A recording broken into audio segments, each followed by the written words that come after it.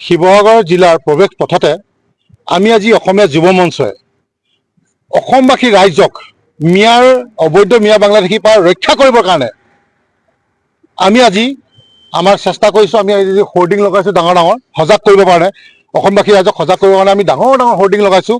আৰু হোৰ্ডিং আমি আজি শিৱসাগৰৰ পৰা আৰম্ভ কৰিছোঁ। উজনি অসমত প্ৰথম আৰম্ভ কৰিম, গোটেই অসমৰ পৰা গৈ গোটেই সমগ্ৰ অসমতে আমি এটা সজাগতা সৃষ্টি কৰিম যে আমাৰ মিয়াৰ পৰা কেনেকৈ আমি ৰক্ষা কৰোঁ। গতিকে আমি অসমীয়া যুৱ মঞ্চই 4টা শ্লোগান আমি লৈছোঁ। এটা শ্লোগান হৈছে যে মিয়াক খেদক অসম বচাওক। 2 নম্বৰতে হৈছে থলুৱাক নিযুক্তি দি মিয়াক খেদক।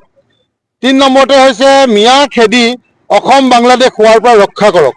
আৰু 4 নম্বৰ হৈছে জাগিলে অসম বাচিব দেশ নহ'লে হ'ব বাংলাদেশ।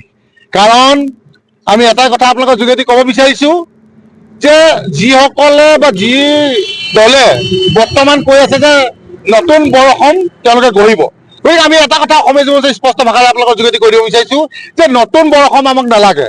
আমাক লাগে চাওলুং চুকাফাৰ অসম বৰ অসম লাগে। আমাক লাগে শ্ৰীমন্ত শংকৰদেৱ মহাপুৰুষজনৰ আমাৰ বৰ অসম লাগে। আমাক নতুন মিয়াৰ বৰ অসম আমাক নালাগে। গতিকে আমি আজি সজাগ হৈছোঁ আৰু এই সজাগ আমি সমগ্ৰ উজনি অসমৰ লগতে গোটেই অসমবাসী কৰিব বিচাৰিছোঁ। আৰু যে যোৱাকালি আপোনালোকে দেখিলে যে এজন মিয়া বাংলাদেশীয়ে তাৰ বয়স 70 বছৰ এজনী নাবালিকা ছোৱালীক ধৰ্ষণ কৰিছে।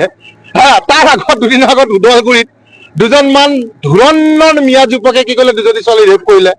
তাৰ আগতে মই কৈয়ে গৈছোঁ যে মিয়ালেণ্ড বিচাৰিছে, মিউজিয়াম বিচাৰিছে, আমাৰ জলাশয়ৰ মাটি গোটেই কব্জা কৰিলে, আমাৰ ফৰেষ্ট লেণ্ড কব্জা কৰিছে, আমাৰ সত্ৰ মাটি কব্জা কৰিছে। গতিকে এইখিনি উচ্ছেদৰ ক্ষেত্ৰত আমাৰ মুখ্যমন্ত্ৰী ডাঙৰীয়াই যথেষ্টখিনি পদক্ষেপ লৈছে, কৰি আছে, কিন্তু তেখেতেতো অকলে নোৱাৰিব। গতিকে আমি ওলাই আহিছোঁ। এবাৰ আমি অসমীয়া যুৱ মঞ্চ ওলাই আহিছোঁ। ইয়াৰ লগে লগে সমগ্ৰ অসমৰ জনগণ ওলাই আহিব আৰু মিয়াক পিটি বাংলাদেশত থৈ অহা হ'ব। ইয়াত কোনো কম্প্ৰমাইজ বিয়াৰ ক্ষেত্ৰত নহ'ব।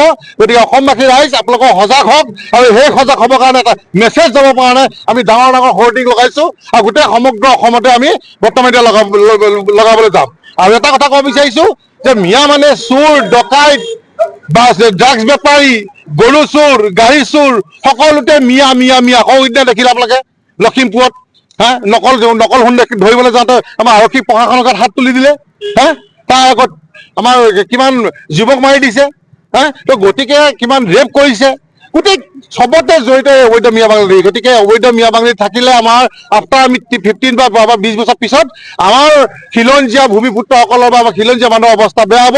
গতিকে আমি এটা আজি মেছেজ দিবৰ কাৰণে আমি অসম চৰকাৰক দাবী জনাইছোঁ যে অতি শীঘ্ৰে যিমান অবৈধ মিয়া বাংলাদেশী অসমত আছে সকলোকে তালি টোপোলা বান্ধাই একদম বাংলাদেশত থৈ আহিবলৈ বাবে আমি মুখ্যমন্ত্ৰীক আমি আহ্বান জনাইছোঁ।